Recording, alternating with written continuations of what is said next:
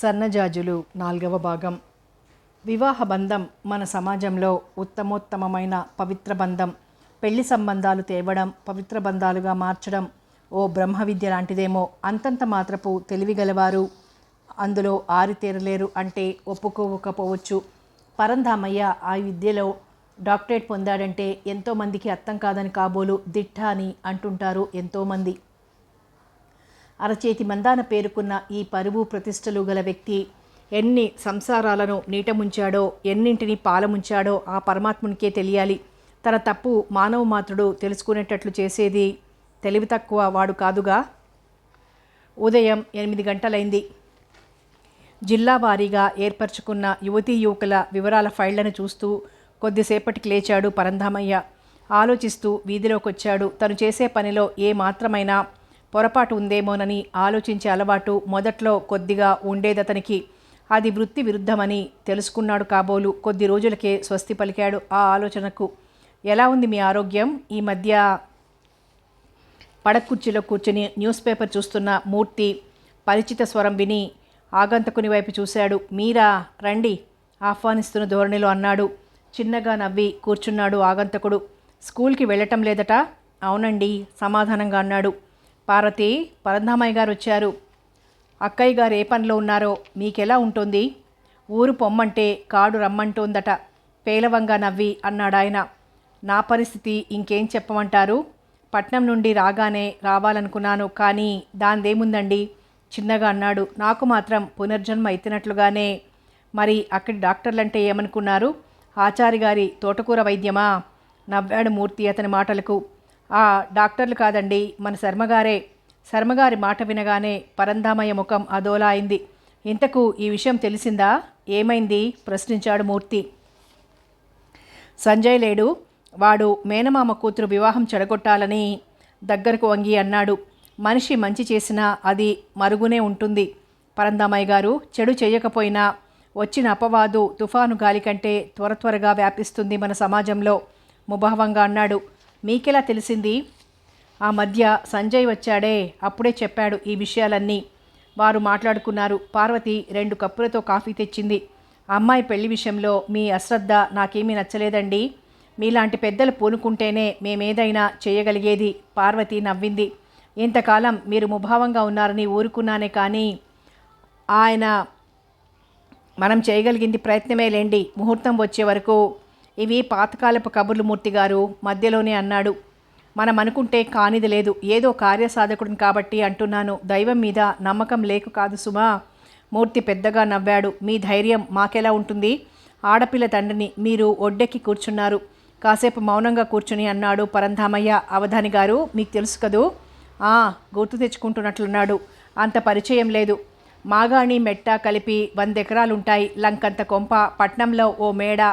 ఇవి కాక బ్యాంక్ డిపాజిట్లు ఈ ఊళ్ళో చాలామందికి తెలుసు. నేను విన్నాను. అసలు మీరింతకీ చెప్పొచ్చేది?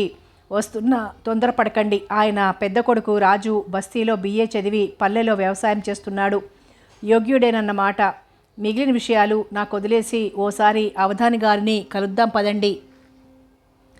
ఏమిటి పరంధామయ్య గారు మీరనేది? అవధాని గారితోనా? వియ్యం దేనికైనా మధ్యలో అన్నాడు ఆ వ్యక్తి. పార్వతమ్మ, మీ వారికి నువ్వే నచ్చజెప్పాలి. చెప్పేందుకేముందండి? ఈ విషయం ఓసారి శర్మగారితో. ఆయన మాట ఎత్తకండి. ఈ ఊరికి నేను కరుణాని కాబట్టి సరిపోతోంది. ఇంతవరకు శిస్తు బకాయి సంజయ్ చెల్లించానన్నాడే. మూర్తి కల్పించుకున్నాడు. ఇప్పుడు మా పెద్దవాడు చూస్తున్నాడు కదూ, నేనంతగా పట్టించుకోవడం లేదు తగ్గు స్వరంలో అన్నాడు. మీకు తెలియదేమో, ఆయన మొత్తం వ్యవసాయం అవధాని గారి లంకంతా లేదు తేలిగ్గా అన్నాడు, ముఖంలో మరే భావము వ్యక్తం కాకుండా. యోగ్యత, అర్హత ప్రధానాలు కానీ ఆస్తులు కాదు పరంధామయ్య గారు. కాఫీ కప్పు పక్కన పెట్టి అన్నాడు. మీరేమీ అనుకోకపోతే అవధాని గారి ముందు ఆ విషయంలో కూడా మనమందరం తక్కువనే చెప్పాలి. అందాక మౌనంగా వింటున్న పార్వతి భర్త వంక చూసింది కళ్లతోనే సైగ చేస్తూ. ఆమె లోపలికి వెళ్ళిన 10 నిమిషాలకు మూర్తి లేచి లోపలికి వెళ్ళాడు. పరంధామయ్య న్యూస్ పేపర్ తీశాడు. కళ్ళు లైన్ల మీదున్నా మనసు వారేమి మాట్లాడుకుంటారో వినాలనే ఆతుతపడుతున్నట్లుంది. అందుకే వ్యర్థ ప్రయత్నం చేయకపోలేదు. సంజయ్ బాబు మిమ్మల్నే ఈ పేరుతో కాలేజీలో పిలిచిందెవరా అని ఆశ్చర్యపడుతూ డిపార్ట్మెంట్ వైపు నడిచే సంజయ్ భుజం మీద నుండి వెనక్కి చూశాడు. వైలెట్ కలర్ బెల్బాటంపై అదే రంగు చుక్కల ఫుల్ హ్యాండ్ షర్ట్లో అంత దూరంలో నిలబడిన వ్యక్తిని చూడగలిగాడతను. డస్టరు, చాక్సు ప్యూన్కి అందించి మెల్లగా వెనక్కి వచ్చాడు. సారీ సార్, అలా పిలిచినందుకు. నేనేమన్నానని చిన్నగా నవ్వి అన్నాడు మధ్యలోనే. అంటారేమో అనిపించి ప్రికాషన్గా మాట్లాడటంలో నీ తర్వాతే నేను. చిన్నగా నవ్వి ఆదివారం నా బర్త్డే అందామే ముందుకు వేసుకున్న జడను సరిచేసుకుంటూ. ఆమె ఫుల్ హ్యాండ్స్ షర్టు మోచేతుల వరకు మడిచి ఉంది. మరీ బారుగా లేని 2 జడలలో ఒకటి ఎదకు మధ్యగా వచ్చి ఉంది. జడ చివర ఎర్రని పూసలు గల పట్టుకుచ్చు కట్టినట్లుంది. నల్లని కురులలోని ఆ ఎరుపు ఆకర్షణీయంగా ఉంది. ఆమెను చూస్తూ అన్నాడు చిరునవ్వుతో, నేను ఇవ్వగలిగిన ప్రజెంటేషన్ కోరుకో ఆ రోజు. మధ్యలోనే ఆపేశాడతను. ఆలోచిస్తున్నట్లుగా చేతి బొటనవేలిని మునిపంటితో కొరుకుతున్న ఆమె అతని మాట విని ఒక్కసారిగా తలెత్తి అతని కళ్ళలోకి చూసింది. చేతిలోని బుక్సు ఎదకు అడ్డం పెట్టుకుని చేతులు కట్టుకుంటూ, అంకుల్ ఉన్నారా? సాయంత్రం ట్రైన్కి వెళ్తున్నారు. మీరు ఆ ఉదయం మా ఇంటికి రావాలి. ఆ రోజు ఎంగేజ్మెంట్స్ ఉన్నాయంటే కుదరదు. అందుకే ఇంత అడ్వాన్స్గా ఇన్విటేషన్. వచ్చి ముఖం చిట్లించి అన్నాడు, మనసులోనే అలా చెప్పినందుకు మదనపడుతూ. అక్కడ చెబుతాగా నవ్వుతూ అందామే. ఫ్రెండ్స్ నా కోసం నిలబడ్డారు, తప్పకొస్తారు కదూ. రాకపోతే డాడీని పంపిస్తా. సమాధానం కోసం ఎదురు చూడకుండా చిరునవ్వుతో వెళ్ళిపోయే ఆమె వంక చూస్తూ గాలికి రేగిన జుట్టును సరిచేసుకుంటున్నాడు సంజయ్. ఆమె కొంత దూరం వెళ్ళి వెనుతిరిగి చూసింది అతడిని. అతడు ఆమెను పిలిచి ఏదో చెప్పాలనుకున్నాడు. తెలియని బలహీనత మనసును పనిచెయ్యనీయలేదు. ఎండ తీక్షణంగా ఉంది. సంజయ్ రూమ్కి బయలుదేరాడు. ఆ పూటకు లీవ్ పెట్టి. ఇల్లు చేరే సమయానికి ప్రేమ, కామాక్షి క్రింద వరండాలో కూర్చొనేదో మాట్లాడుకుంటున్నారు. అతడు ఆమె వైపు చూసి చూడనట్లుగానే మెట్లెక్కాడు. సన్నని వాయిద్యం వినిపిస్తోంది రేడియోలో. అమ్మ ఇప్పుడే పడుకున్నట్లుంది అనుకుంటూ ట్యూన్ ఆఫ్ చేసి తన గదిలోని ఈజీ చైర్లో రిలాక్స్ అయ్యాడు. బరువుగా కనురెప్పలు వాలిపోయాయి. కొద్దిసేపటికి అతని భుజం మీద చేయి తాకినట్లయింది. మెల్లగా కళ్ళు తెరిచాడు. కుడి చేతిలో తేనీరు కప్పు పుచ్చుకొని తన వంకే చూసే ప్రేమ కళ్ళతోనే నవ్వింది. ఎందుకు ఎప్పుడు ఆలోచిస్తూ ఉంటావు? సన్నని స్వరంతో అన్నది తేనీరందిస్తూ. నాకేం, నీ జుట్టే తెల్లబడుతుంది. అతను ఏదో చెప్పబోయాడు. ఆమె అతని నోటికి తన చేతిని అడ్డం పెట్టింది. ష్ అంటూనే వెళ్ళి గెస్ట్ రూమ్ తలుపు దగ్గరకు వేసిందామె. ఇప్పుడు చెప్పు. అతని పక్కనే ఉన్న సోఫాలో కూర్చుంది. తేనీరు సిప్ చేసి అన్నాడు, తెల్లపడితే బాగుండనా? చిన్నగా నవ్వాడు. ఏమో నాకు తెలీదు. కుడి చేతి బొటనవేలు చివరి మునిపంటితో కొరుకుతూ అతని చూస్తూ వచ్చే నవ్వును ఆపుకుంటూ అంది, నేనెలా ఉన్నా పర్వాలేదు, నువ్వు మాత్రం ఎప్పుడూ ఇలాగే ఉండాలనిపిస్తుంది నాకు. ఆశ్చర్యంతో అతని కళ్ళల్లోకి చూసింది. నిజంగానా? ఒట్టు. అతని కుడి చేతిని ఆమె తలపై పెట్టాడు. ఆమె అచేతనంగా రెప్పవాల్చక చూస్తోంది అతన్ని. తీయని భావ పరంపరలు ఆమె మనసును ఆత్మీయత చేసుకుంటున్నాయి. తను ఆ కళ్ళల్లోకి చూస్తూ అతని ఆరాధనలో ఈ జన్మే కాదు మరెన్ని జన్మలైనా సంతృప్తిగా గడపగలదు. ఏ జన్మలో చేసిన పూజా ఫలమో భగవంతుడు తన కోసం సంజయ్ని సృష్టించాడు. అతని పొందులో తను పొందేది శారీరక సుఖం కాదు, ఆత్మసంతృప్తి. అది ఎటర్నల్, ఎవర్ లాస్టింగ్. తేనీరు తీసుకోకుండానే తీసుకున్నట్లుందే ముఖం. చిన్నగా నవ్వింది తనంతాను సంభాళించుకుంటూ. చిలిపితనం పోదా సంజయ్ బాబు? ముఖం చిట్లించి చూస్తూ తల తిప్పాడు. నీ చదువు, నువ్వు రాసే ఆర్టికల్సు, కాలేజీలో నువ్విచ్చే లెక్చర్సు అన్నీ చూస్తుంటే ఏమనిపిస్తుందో తెలుసా? అతని కళ్ళలోకి చూస్తూ అంది. నేనెంతో దురదృష్టవంతురాలనని, మనం కలిసి చదువుకునే రోజుల్లో నాకేమైనా అర్థం కాలేదంటే చెప్పనని ఏడిపించే సంజయ్ ఈరోజు 100 మందికి తనంతట తానే చదువు చెప్తున్నాడు. కొంటెగా చూస్తూ నవ్వాడు చిన్నగా ఆమె తలకు తన తలను తాకిస్తూ. నీది కంప్యూటర్ బ్రెయిన్. డయాస్పై నిలబడి ఒరేషియస్గా లెక్చర్ ఇచ్చే ఈ సంజయ్, పల్లెలో ఒకప్పుడు నాగలి పట్టుకున్న సంజయ్ ఇరువురిలో ఎక్కడా పొంతన కనిపించడం లేదు. నాతో మాట్లాడే మాటల్లో తప్ప. ఆమె చెప్పే మాటలు అతనికి వినిపించడం లేదేమో. తను వరుదినితో మూవీకి వచ్చిన సంఘటన అతని మనసు నెమరు వేసుకుంటోంది. మామయ్య గారు, మీరు మరోలా అనుకోనంటే సంశయిస్తూ అన్న మాటలకి మోహన్ రావు అనునయ స్వరంతో అన్నాడు, చూడు సంజయ్, నాకు ఆశ ఎంతో, నువ్వు అంతే. మా ఉద్దేశం మీ నాన్నగారితో కూడా చెప్పలేదు. ఎందుకో తెలుసా? మనసులో మనకున్న పరిచయాలు ఇందువల్ల ఏ విధంగానూ తారుమారు కాకూడదనే. అన్నీ తెలిసిన వాడివి నీ మనసు తెలుసుకోకుండా ఎవరితోనూ ఏమీ అనకూడదనే నా ఊహ. సంజయ్ కిటికీ దగ్గర నిలబడ్డాడు ఆలోచిస్తూ. ఎడమ చేతిని గడ్డం క్రింద పెట్టుకుని కుడి చేతితో ఆ మోచేతిని పట్టుకున్నాడు. అతని మనసు కల్లోలిత సాగరంలా ఉంది. జీవితంలో మొదటిసారిగా ఇటువంటి సంఘటన. ఆమె తెలివిగలది, చదువు సంస్కారం గల వ్యక్తి. తనంటే ఆ ఇంట్లో అందరికీ మొదటి నుండి అభిమానమే, ఎంతో ఆపేక్ష. చిన్నప్పటి పరిచయం అంతగా గుర్తు లేకపోయినా మొదటిసారి ఆ ఇంటికి వెళ్ళినప్పుడు తన కళ్ళు తనకు తెలియకుండానే ఆమె కోసం వెతికాయి. ఏనాటి పరిచయాలనో బంధుత్వంగా కలుపుకోవాలని ఆశించే ఈ వ్యక్తికి ఉన్న బంధుత్వాన్ని తెగతెంపులు చేసుకోవాలనే ఊహతో లేని అపోహలను అపవాదులను తన మీదికి నెట్టిన ఆ మామయ్య గారికి వ్యక్తిత్వంలోనూ ఆలోచనలోనూ ఎంత తేడా! వరూధినిని తను చూడకముందు ఈయన ప్రశ్నకు తనేమని సమాధానం చెప్పి ఉండేవాడో తెలియదు కానీ తర్వాత చెప్పబోయేది ఎవరితో అయినా ఒక్కటే. వరూధినిని తను ప్రేమించాడు, ఆరాధించాడు, తపించాడు. ఆత్మీయత అన్నింటికన్నా మించిందే అయినా తను ప్రేమ పోసి పెంచిన మనసును తనే చంపుకోలేడు. గత కొద్ది రోజులుగా దీనిని గురించి ఎంతో ఆలోచించాడు. పర్యవసానం ముందు ఊహించినదే. ఆశ నీకు తగిన కన్య కాదని నాకే అనిపిస్తూ ఉంటుంది. మోహన్ రావే నిశ్శబ్దాన్ని భంగం చేస్తూ అన్నాడు. లేదు మామయ్య గారు, నేనే ఆశకు తగినవాడిని కాను. నన్ను కట్టుకుని ఆశ సుఖపడలేదు. సంజయ్ ధోరణి అతనికి అర్థమైంది కాబోలు. అతడి ముఖ కవళికలు కొద్దిగా మారిపోయాయి.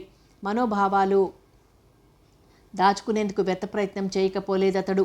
మీరు అత్తయ్య మరో విధంగా భావించరనుకుంటాను అనునయ స్వరంతో అన్నాడు. ఆశ మీద నాకెప్పుడు అలాంటి ఉద్దేశం లేదు మామయ్య గారు.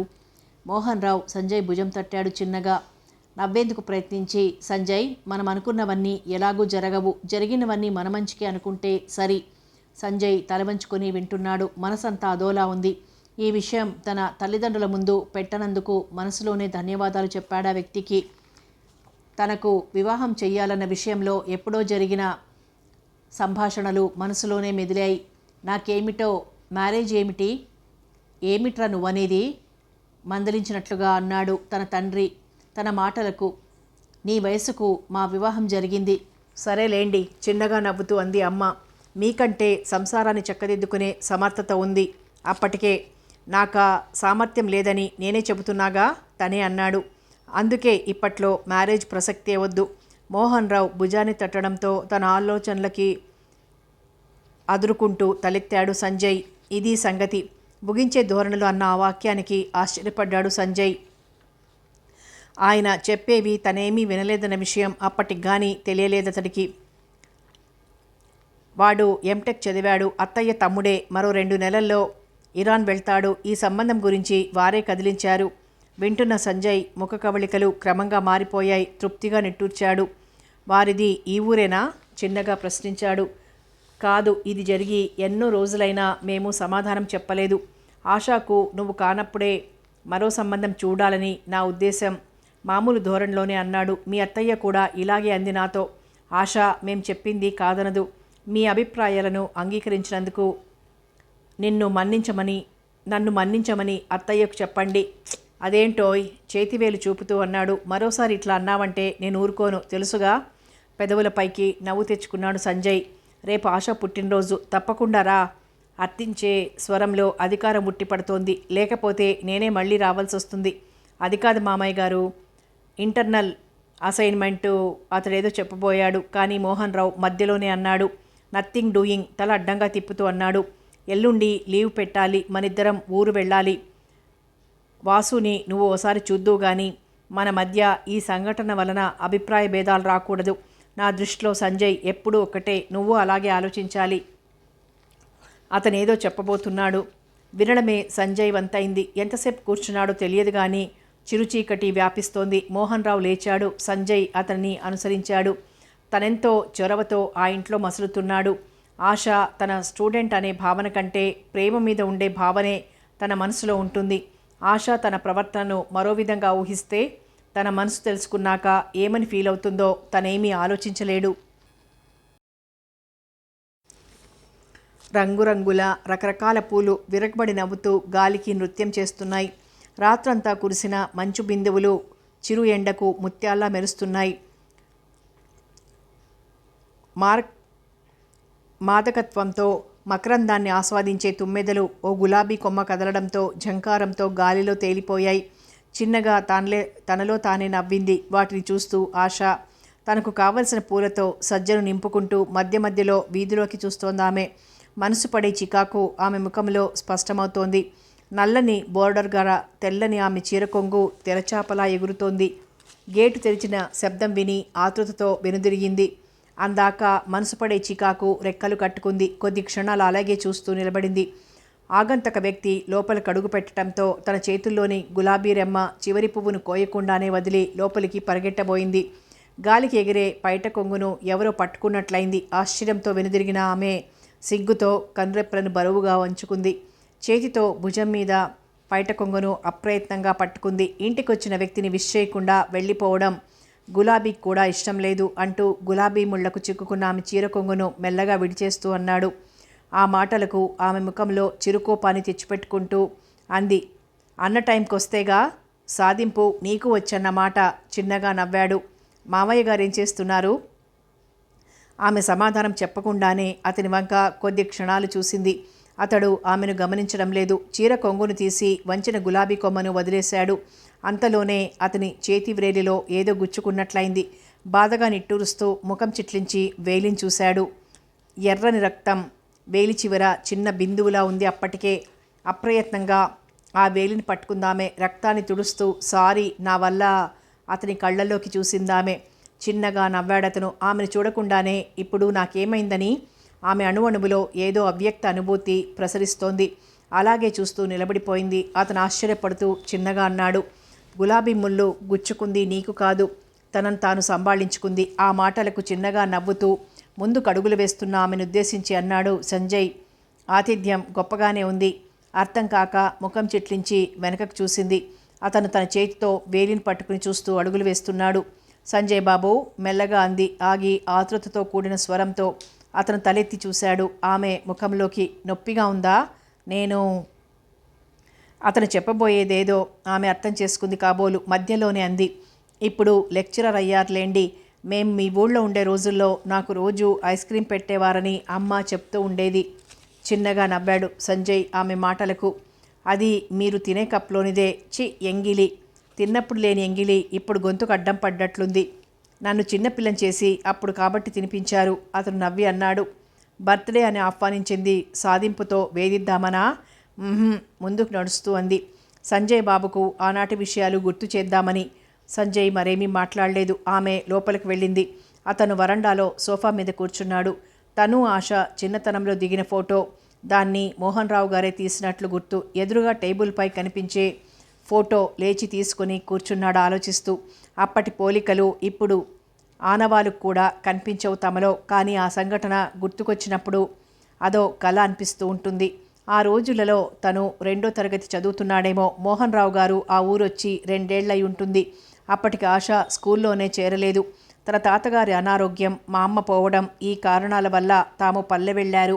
హైస్కూల్ చదువు పూర్తి అయిన తర్వాతనే తిరిగి పట్నం వచ్చాడు తను.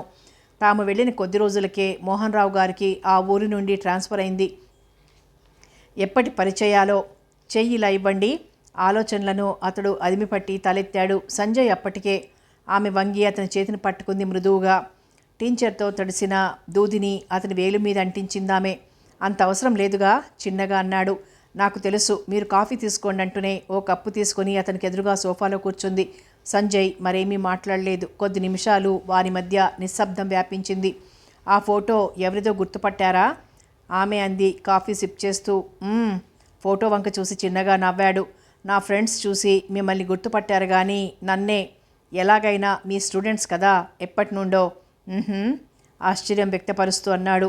నాకెప్పుడు చూపలేదేం? మీరే చూడలేదు. Absent minded professor. పెద్దగా నవ్వాడతను. ఆమె కొద్దిసేపు ఆగి మళ్ళీ అంది, అంకుల్ చూడగానే గుర్తుపట్టారు. నీకు లెక్చర్స్ ఇవ్వడం చేతనైంది. ఏదోలాగా అన్నాడు. మీ దగ్గర నేర్చుకున్నదే. గమ్మత్తుగా కళ్ళు తిప్పుతూ అంది. మనసులో భావాలను వ్యక్తపరచకుండా పైపంటితో క్రింది పెదవిని నొక్కిపట్టింది ఆశ. నవ్వుతూ అన్నాడు. ఇంతకు మామయ్య గారేరి? ఆఫీస్ పని మీద వెళ్ళారు. వచ్చే టైం అయింది లేస్తూ అంది. సంజయ్ న్యూస్ పేపర్ తీశాడు. ఆమె లోపలికి నడిచింది. సంజయ్ పేపర్ చదవలేకపోతున్నాడు. ఆలోచనలు తేనెటీగల్లా ముసురుతున్నాయి. ఆశా ప్రవర్తనలో తను ఊహించినంత మార్పు లేదు. మొన్నటి వరకు ఆమె తనతో ఏ విధంగా ప్రవర్తించిందో ఈరోజు అలాగే. మామయ్య గారు తన విషయం చెప్పనే లేదా? ఎందుకు చెప్పకుండా ఉంటారు? ఎదుటివారి మనసును అర్థం చేసుకోవటంలో తను అసమర్థుడేమో. తను చనువుగా ఉన్నంత మాత్రాన ఎదుటి వ్యక్తి మనసు తనను గురించి ఏదో అవుతుందని తను పడ్డ అనుమానం నిజం కాదు. వరూధినిని చూసిన తర్వాతే తన మనసులో ప్రేమించాలనే కోరిక కలిగిందేమో.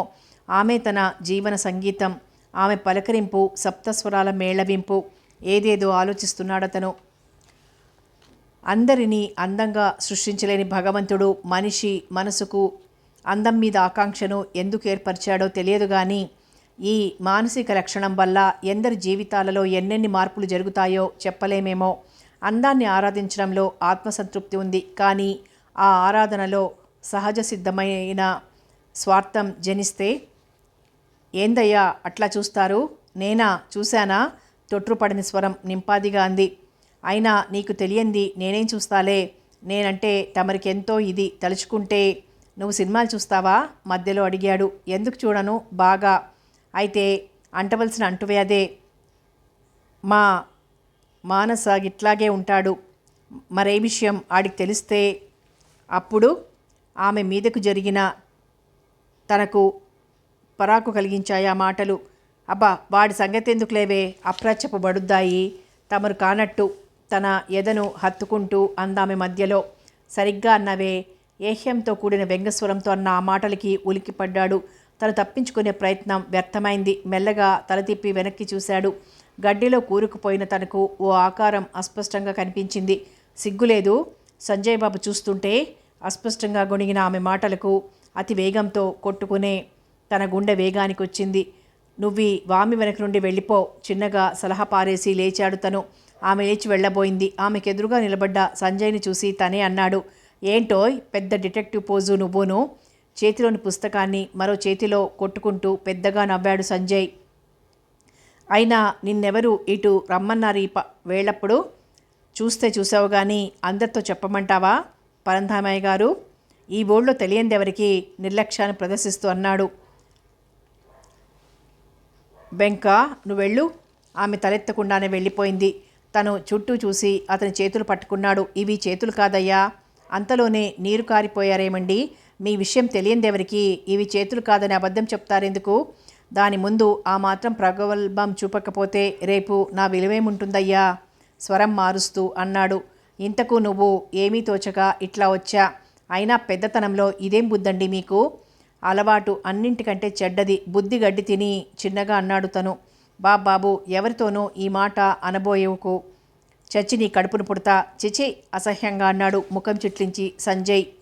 ఇటువంటి పెద్ద మనుషులను జీవితంలో మరోసారి చూడకూడదనుకుంటుంటే ఈ సన్నివేశం గుర్తుకు రాగానే పరంధామయ్య ముఖం ఒక్కసారిగా కందగడ్డలా మారింది. ఇది జరిగి 2 సంవత్సరాలైందేమో. తలుచుకున్నప్పుడల్లా అతడు అలాగే ఫీల్ అవుతుంటాడు. ఏంటండి ఆ పరాకు? ఉలిక్కిపడ్డాడు పరంధామయ్య. అప్పటికే వెంకం చేతులు అతని మెడలో దండలా ఉన్నాయి. ఎత్తైన చెరుకు తోటలో ఎవరికీ కనిపించడం లేదు వారిరువురు. ఆ సంజయ్ గాడు లేడు? వాడికి ఏమైంది? ఈ మధ్య ఈ ఊరొచ్చినప్పుడు కూడా చూశాను. ఎంత బాగున్నాడో. ఆపు, మందలిస్తున్నట్లుగా అన్నాడు. వాడు నీకన్నా ఎంత చిన్నవాడో తెలుసా? చుప్పనాతి. అతని భుజం మీద తన చేతులతో గట్టిగా కొట్టి లేచింది బొంగమూతి పెట్టి. అంతలోనే కోపమేంటే? ఆమెను వెళ్ళనివ్వకుండా చేపట్టుకున్నాడు పరంధామయ్య. నా సంగతి తెలిసి కూడా నీకు నేనేమీ అన్యాయం చేశానే? ఎకరం బంజరు భూమి నీ పేరు రాయించానా? ఈ సోది ఆపి సంజయ్ బాబుకి ఏమైందో చెప్పు. కూర్చో, చెప్తాను కానీ నా ముందెప్పుడు కుర్రాళ్ళ విషయం ఎత్తబోకు. నా మీద ఒట్టేసి చెబుతున్నా. ఏమని ఆలోచించారు? పరంధామయ్య గారికి అంతా తెలిసిన మీరే అలా అంటుంటే నేనెక్కడా, నా తాహతెక్కడా? నేనేం ఆలోచించాలో ఇప్పుడు చెప్పండి. ఆ స్వరంలో నిర్లిప్తత కన్నా దయనీయమైన దుస్థితి వ్యక్తమవుతోంది. సరే, చెప్పవలసింది చెప్పాను, ఆ పైన మీ ఇష్టం ముక్తసరిగా అన్నాడు పరంధామయ్య. అప్పటికి సాయంత్రమైంది. ఆకాశం ఎర్రని సింధూరాన్ని తనివి తీరా పులుముకుంది. లంక పొలాలపై పైరు ఏటిగాలికి తన్మయత్వంతో చైతన్యంతో మునిగిపోతోంది. గొడ్ల కాపురుల లల్లాయి పదాలు అదోలా దూరంగా వినిపిస్తున్నాయి. చూడండి మూర్తిగారు, కొద్ది నిమిషాలు ఉండి అన్నాడు పరంధామయ్య. మీరా రిటైర్ కాబోతున్నారు. ఆస్తిపాస్తులు అంతంత మాత్రం. ఇటువంటి పరిస్థితులలో ఈ జన్మకు ఇటువంటి సంబంధం తేలేరు. వయసు వచ్చిన ఆడపిల్లలు ఎంతకాలం ఇంట్లో ఉంచుకుంటారు? మీరన్నది నిజమే సాలోచనగా అన్నాడు మూర్తి. అమ్మాయి వివాహం చేయాలని ఎప్పటి నుండో అనుకుంటున్నాను. కళ్యాణ గడియ రానిదే మన ప్రయత్నాలుగానే మిగిలిపోతాయి. కాదు, అమ్మాయి బాగుంటుంది, సాంప్రదాయ కుటుంబం అనిపించడం వల్ల కానీ, లేకపోతే అవధాని గారు ఈ సంబంధం ససేమిరా ఒప్పుకోకపోరు. మౌనంగా తలదించుకొని నడుస్తూ వింటున్నాడాయన. మీ సందేహం కట్నం దగ్గరేగా? ముఖం చిట్లిస్తూ ప్రశ్నించాడు. ఆయన అడిగినంత మనం ఎలాగూ ఇవ్వలేం.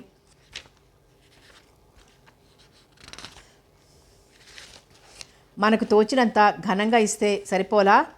నచ్చచెప్పే ధోరణిలో అన్నాడు. మీరనేది నాకు అర్థం కావడం లేదు. అతని వంక చూస్తూ అన్నాడు.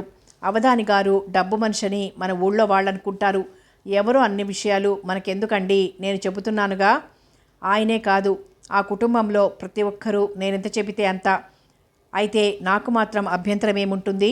మరొక్క విషయం నిలబడి అన్నాడా వ్యక్తి. అతని సంబంధం విషయంలో మీరెవరితోనూ అనబోకండి.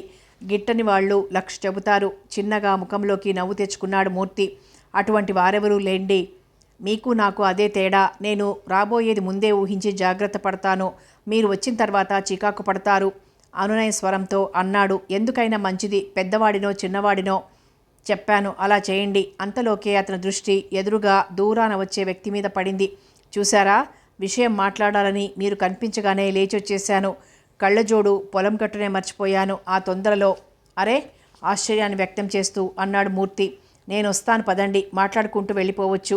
పరందామయ్య గొంతుకకేదో అడ్డం పడ్డట్లయింది. మీకెందుకులేండి శ్రమ, అసలే ఆరోగ్యం బాగోలేదు చిన్నగా అన్నాడు. నేను మంచిది చూసుకొని వస్తాను. అవధాని గారిని కలుద్దాం. అలాగే, అంతా మీ చేతుల మీదే జరగాలి. మీరు నేను చెప్పినట్లు నడుచుకుంటే చాలు, అన్నీ సలక్షణంగా జరుగుతాయి. వస్తా అంటూ సమాధానం కోసం ఎదురు చూడకుండా వెనుతిరిగాడు పరంధామయ్య.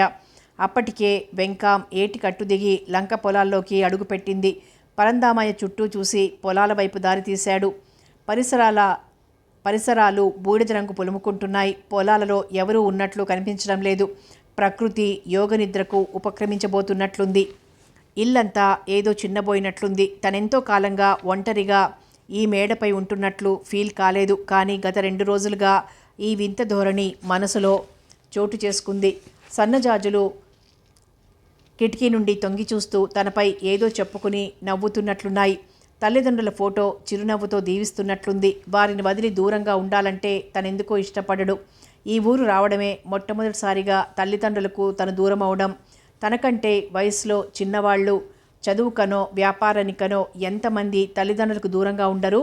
అందరూ తనలాగే ఫీల్ అవుతారో లేక తల్లిదండ్రులతో తన అటాచ్మెంట్ అటువంటిదో తెలియదు. కానీ ఎన్నోసార్లు ఇలాగే గదిలో కూర్చొని ఉద్వేగంతో పొంగే మనసును కన్నీటితో చల్లార్చాడు. మానవ జీవితాన్ని శాశ్వతం చేయలేని భగవంతుడు నిర్దయతో మనిషికిచ్చిన శాపం మమత. ఆలోచిస్తున్న సంజయ్ దృష్టి స్టాండ్ మీద ఆరేసి ఉన్న బట్టల మీద నిలిచింది. అమ్మ నాన్నగారు కంపార్ట్మెంట్లోకి నడిచారు. వారిని అనుసరించిపోయిన తను ఎవరో చేపట్టుకున్నట్లు ఆగిపోయాడు. సంజయ్ బాబు, నువ్వేమీ అనుకోకుండా. అనుకుంటే ఏం, అనుకోకపోతేనేం చెప్పు, వీక్లీ ఏమన్నా కావాలా? సందేహిస్తున్న ఆమెను ఉద్దేశిస్తూ అన్నాడు తను నవ్వి. గదిలో స్టాండ్ మీద మర్చిపోయాను. ఏమిటది? ముఖం చిట్లించాడు ఆమె అసంపూర్తి వాక్యానికి. చిన్నగా నవ్విందామె. నా బట్టల నిన్న ఆరేశాను. పక్కాల నవ్వాడతాను. అంతే కదా, ఏ రింగ్ అన్నా మర్చిపోయావేమో అనుకున్నాను. ఎక్కడికి పోదు, ధైర్యంగా ఉండు. చేతితో ఆమె నెత్తిన చిన్నగా కొట్టాడు. రింగ్ అయితే పర్వాలేదు, నవ్వాపుకుంటోంది. దాన్నెవరైనా ఎత్తుకుపోతారని భయం అన్నమాట. అబ్బా, అది కాదు, మెల్లగా అంది. బ్రహ్మచారి కొంపలో నీ కొలీగ్స్ కానీ స్టూడెంట్స్ కానీ వస్తే గార్డ్ విజిల్ వేస్తున్నాడు. పద, తన తేలిగ్గా అన్నాడు. మొన్న స్టేషన్లో ప్రేమ అన్నమాటలు గుర్తుకొచ్చాయి. తనలో తానే నవ్వుతూ లేచి వాటిని బ్రీఫ్ కేసులో పెట్టి అలమరా ముందు నిలబడ్డాడు. దేనికోసమో వెతుకుతూ సంజయ్ కొద్ది నిమిషాలకు ఓ నల్లని జడ తన మెడకు చుట్టుకున్నట్లు అయింది. ఓరగా మెడ మీద నుంచి వెనకకు చూశాడు ఆశ్చర్యంతో. అప్పటికే అతని వెచ్చని చూపు చల్లని చేతులతో మూయబడింది. అతను ఆ మృదువైన చేతులను పట్టుకున్నాడు మెల్లగా. పిక్నిక్ ప్రోగ్రాం ఎలా జరిగింది? నేను తప్ప అంతా బాగానే జరిగిందనుకున్నారు. అదేం? సోఫాలో కూర్చుంటూ అన్నాడు. సంజయ్ బాబు రాలేదుగా? గోముగా అంది అతని భుజం మీద తలానించి. నేనేమి హోమ్ సైన్స్ కాలేజీ స్టూడెంట్ని కాదు. కాకపోతే రాకూడదని నియమమేమీ లేదుగా. అఫ్కోర్స్ నువ్వు వెళ్ళిన రోజునే నాన్నగారు అమ్మ వచ్చారు. వాళ్ళు ఉండగా వస్తావేమోనని ఎదురు చూశాను. ఓ రోజు మీ కాలేజీకి కూడా వెళ్ళాను. మన విషయం చెప్పేశారా? అతని కళ్ళల్లోకి చూస్తూ ప్రశ్నించింది. చిన్నగా నవ్వి అన్నాడు. దానికి ఓ సమయం సందర్భం ఉంది. అయినా నువ్వు ఊళ్ళో ఉంటేగా బ్రతికించారు. అతని మెడ చుట్టూ చేతులు వేస్తూ అంది. నేను మా డాడీతో చెప్పిన తర్వాత ఇంతకు ఊరు నుండి ఇదేనా రావడం? బస్ దిగగానే తమ దగ్గరికే రావాలని కాబోలు. ఆశ వ్యంగ్యంగా అంది. నిన్న ఈవినింగే వచ్చాం. ఆశ ఉండటంలో ఆశ్చర్యం లేదుగా. తన తలను ఆమె తల కానిస్తూ అన్నాడు సంజయ్. వరుని చూడకుండా 4 రోజులున్నాడంటే రియలీ సర్ప్రైజింగ్. మధ్యలోనే అందామే. వియోగం ప్రేమకు ప్రాణాన్నిస్తుంది, నవ చైతన్యాన్ని ప్రవేశపెడుతుంది కూడా. Well said. తన చేతులు తీసి ఆమె ఒడలో తలపెట్టి సోఫాపై పడుకున్నాడు సంజయ్. ఈరోజు బ్యాలెన్స్ చేసుకోవచ్చా? కొంటెగా చూస్తూ అన్న అతని మాటలకి చురుగ్గా చూసింది. ఆమె వెచ్చని శ్వాస అతని నుదుటికి తాకుతోంది. తెల్లని ఆమె చేతివేళ్లు నల్లని అతని జుట్టులో ఉన్నాయి. నేను అంతే సంజయ్ బాబు. మీరు నా మనసులోని భావానికి భాషనిచ్చారు. సంజయ్ అనిర్వచనీయమైన పారవస్యంతో మునిగిపోతున్నాడు. ఆమె హృదయం అతని చెంపకు మృదువుగా హత్తుకున్నట్లయింది. తీయని కళ్ళల్లో మురిపించే మధుర భావన అతని ముఖంలోకి తొంగి చూసింది. అతని చేతుల బరువుకి ఆమె తల వంచింది మెల్లగా. సంజయ్ మత్తుగా కళ్ళు మూసుకున్నాడు. అప్పటికే విచ్చని ఎర్ర గులాబీలా ఉన్న ఆమె అధరాలకు వెచ్చని పెదవులు తాకాయి. కొద్ది నిమిషాలకు బరువుగా కనురెప్పలు తెరిచాడు సంజయ్. ఓ చెయ్యి వరూధిని మెడ క్రింద భాగంపై ఉంది. మరో చేతివేళ్లు ఆమె జుట్టులో చిక్కుపడినట్లున్నాయి. వరు చెవి దగ్గరగా అన్నాడు. మత్తుగా కనురెప్పలు తెరిచింది. ఇలాగే జీవితం గడిపేయాలనిపిస్తోంది. ఆమె పెదవులపై చిరునవ్వు తొణికింది. అతని కళ్ళల్లో కాంతిరేఖ మెరిసింది. మీ నాన్నగారు అమ్మ మన వివాహానికి ఒప్పుకోకపోతే ఏం చేద్దాం? రేగిన ఆమె ముంగురులు సరిచేస్తూ అన్నాడు. నన్నడుగుతారేం? నాకు తెలియదు. అనుమానం వచ్చిందానికే ఉపాయం తెలియాలి. నాకా అనుమానం రానిదే. పోనీ మా వాళ్ళు ఒప్పుకోకపోతేనో గుళ్ళోకి తీసుకెళ్ళి భగవంతుడి ముందే తాళి కట్టేస్తా. ఆమె విప్పారిత నయనాలలోకి చూస్తూ అన్నాడు చిలిపిగా. గమ్మత్తుగా కళ్ళు తిప్పుతూ అంది. సంజయ్ బాబుకు అంత ధైర్యం కూడానా?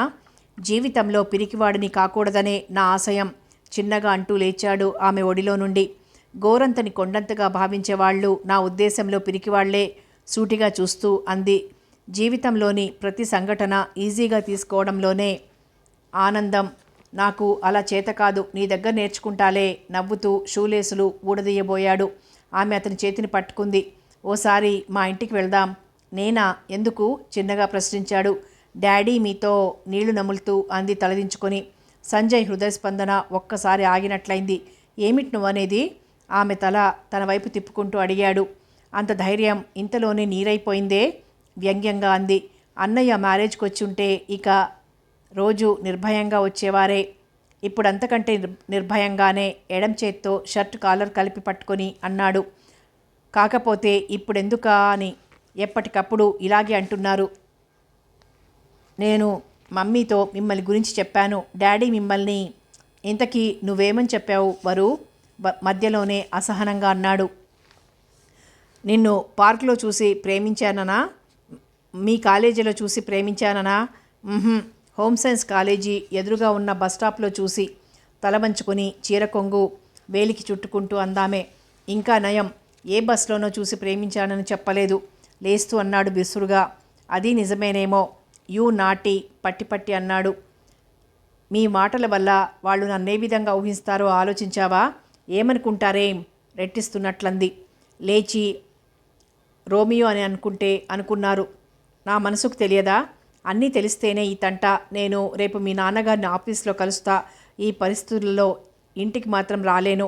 మీరు రాకపోతే నేను వెళ్ళను మొండిగా అంది. ఒక్కసారి తలెత్తి చూశాడామె వంక. All the best. ఎందుకంట? చిరుకోపంతో అంది. అప్పుడు అక్షింతలు వెనక ముందు చూడకుండానే వేస్తారంతా. చిరునవ్వు అతని కళ్ళల్లో తొణికిసలాడింది. నన్నన్నారు గాని మీరు మాత్రం. ముఖం చిట్లించి అందామే. సంజయ్ మౌనంగా ఆలోచిస్తున్నాడు. అతని భుజం మీద మెల్లగా చేయి వేసింది వరూధిని. అతను అచేతనంగా ఆమె కళ్ళల్లోకి చూశాడు.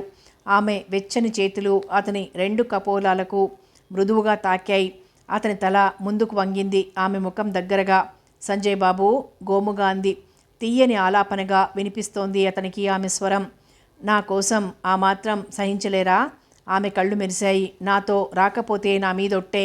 అతను కళ్లతోనే నవ్వాడు. మరో 10 నిమిషాలకు వారిద్దరూ కారులో కూర్చున్నారు. వరూధిని స్టార్ట్ చేసింది. అతని మనసు యాంత్రికంగా ఆలోచిస్తోంది. తనేమని వారితో మాట్లాడాలో, వారే విధంగా తనతో వ్యవహరిస్తారో, పర్యవసానం ఎలా ఉంటుందో. ఇదే మా ఇల్లు. కారుతో పాటు అతని మనసులోని ఆలోచనలు ఆగాయి. అధునాతనంగా ఉందా భవంతి. చుట్టూ విశాలమైన ఆవరణ. అందులో ఎన్నెన్నో పూల మొక్కలు, క్రోటన్లు. తమ ఇంటిలాగే అందంగానూ ఆకర్షణీయంగానూ కనిపిస్తోంది. ఆమె దిగి ఇటొచ్చి డోర్ తెరిచే వరకు అతని కళ్ళు ఆ పరిసరాలనే పరిశీలిస్తున్నాయి. ఎలా మాట్లాడాలా అని ఆలోచిస్తున్నారా? నీకు హాస్యంగా ఉన్నట్లుంది. ఆమె నవ్వుతూ లోపలికి నడిచింది. అది గమనించకుండానే ఆమెను అనుసరించాడతను. హాల్లో ఎవరూ ఉన్నట్లనిపించలేదు. మెట్లెక్కి పై గదిలోకి నడిచాడు. అందంగా అలంకరించబడిన ఆ గదిని కలియజూస్తూ కూర్చున్నాడు సోఫాలో. రేడియో ట్యూన్ చేస్తూ అందామే. అప్పుడే కాఫీ తెస్తా. అతని సమాధానం కోసం ఎదురు చూడకుండా వెళ్ళిపోయిందామె. సంజయ్ టేబుల్ మీద ఆల్బం తీశాడు. అది కలో నిజమో అతనికి అర్థం కావటం లేదు. కొద్ది నిమిషాలు అచేతనంగా కూర్చున్నాడు. వరూధిని. గది బయట నుండి వినిపించిన ఆ స్వరం అతనికి ఎప్పుడో విన్నట్లనిపించింది. ఆశ్చర్యంతో కుతూహలంగా తలెత్తాడు. అప్పుడే గదిలో అడుగుపెట్టిన వ్యక్తిని చూసి నిర్ఘాంతపోయాడు సంజయ్. మనసులో ఒక్కసారిగా ఉప్పెన చెలరేగింది. కొద్ది క్షణాలు ఎవ్వరూ మాట్లాడలేకపోయారు. అతను ఎలాగో తనను తాను సంభాళించుకున్నాడు. నమస్తే. అప్రయత్నంగా అతని పెదవులు కదిలాయి. ఆ వ్యక్తి 2 అడుగులు ముందుకు వేసింది. ఎవరు? అప్రయత్నంగా అతని పెదవులు కదిలాయి మళ్ళీ. ఎందుకొచ్చావు? యాక్సిడెంటల్గా నువ్వు ఇంటి కోడలవని తెలియక. ఆ వ్యక్తి మెడలో కనిపించిన పసుపు తాడును చూసి అన్నాడు. తెలిసిందిగా, ఇక వెళ్ళు. నువ్వు ఉండమన్నా ఉండను. వెళ్లే ముందు ఏం మాట్లాడాలి?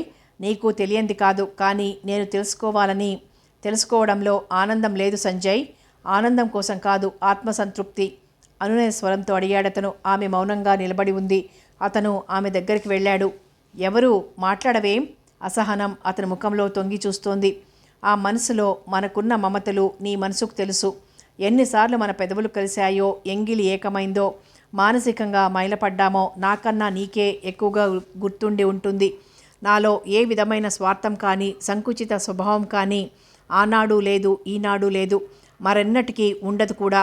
బావా, అతని కళ్ళల్లోకి చూస్తూ అంది. ఆ విషయాలు మనం మర్చిపోవాలి. గుర్తున్నప్పుడు అనుకోవాల్సిన మాట. చిన్నతనపు చిలిపి చేష్టలు గుర్తు చేస్తే గాని నాకు గుర్తురావు. నేనిప్పుడు పరాయిదానను. అందుకే నిన్ను చూడగానే నమస్కరించాను. నువ్వే చేయలేకపోయావు. ఆ లెటర్ నేనే రాశానని మనస్ఫూర్తిగా నమ్ముతున్నావా? లేదు సంజయ్ బాబు, అది నువ్వు రాయలేదని కూడా తెలుసు. ఆమె ఏదో చెప్పబోయింది. తల వంచుకొని అతని కుడిచేయి విసురుగా ఆమె చెంపకు తగలడంతో చేతితో చెంపను రాసుకుంటూ తలెత్తింది. ఆమె కళ్ళు నీటితో మెరిశాయి. సిగ్గు వేయడం లేదు? అతని స్వరం కంపించింది. ముఖాన్ని చిట్లించి చేతులు నలుపుకుంటూ అన్నాడు సంజయ్. కొద్ది క్షణాలకు మరెప్పుడూ ఎవరితోనో ఈ నిజాన్ని చెప్పొద్దు. I'm sorry. అతను ద్వారాన్ని పుచ్చుకొని నిలబడ్డాడు. నీ స్వార్థం ఎన్ని హృదయాలలో చిచ్చుపెట్టిందో నీకు తెలియకపోవచ్చు. నాకీ సమాజం ఇచ్చే ప్రతిష్ట అప్రతిష్టలతో సంబంధం లేదు. అది నన్ను వెలివేసినా నాకు పర్వాలేదు. ఈ దేశం బహిష్కరించినా బాధపడను. అతను ఆవేదనతో చెప్తున్నాడు. అశ్రువులతో నిండిన కళ్ళతో అస్పష్టంగా కనిపించే అతన్నే చూస్తోందామే. నీకు తెలుసు, ఈ సమాజంలో నా తల్లిదండ్రులకున్న స్థానం. మెటీరియలిస్టిక్ వ్యూస్తో నానాటికి కుళ్ళిపోయే మన బంధువర్గానికి ఆత్మీయతను పంచిపెడుతూ ఆదర్శవంతమైన జీవనాన్ని కొనసాగించే నా పేరెంట్స్కు నక్కకు నాగలోకానికి ఉన్న తేడా ఉంటుంది అని ఓ లెటర్లో నువ్వే నాకు రాసావు, గుర్తుందా? అటువంటి ఉన్నత సంస్కారాన్ని, వ్యక్తిత్వాన్ని సంతరించుకున్న ఆ దంపతులకు నేను తనయుణ్ణి. నీ మాటలకు నేను బాధపడేవాణ్ణి కాదు. ఈ అపనిందలకు తలవంచుకోవలసిన వాణ్ణి కాదు. నేను క్షమార్హురాలిని కాదు సంజయ్ బాబు అని నేననలేదు స్వరు. మీరంతా కలిసి చేసిన ఈ నిందకి వారి మనసులు ఏ విధంగా వేదనను అనుభవించాయో ఆలోచించు. జీవితంలో వారి వ్యక్తిత్వానికి భంగం కలిగించే తప్పును కానీ, వారికి తనయుడనని చెప్పుకునే అర్హత పోగొట్టుకునే పొరపాటును కానీ చెయ్యలేను కూడా. అతని మాటలకు ఆమె మనసు దేవినట్లయింది.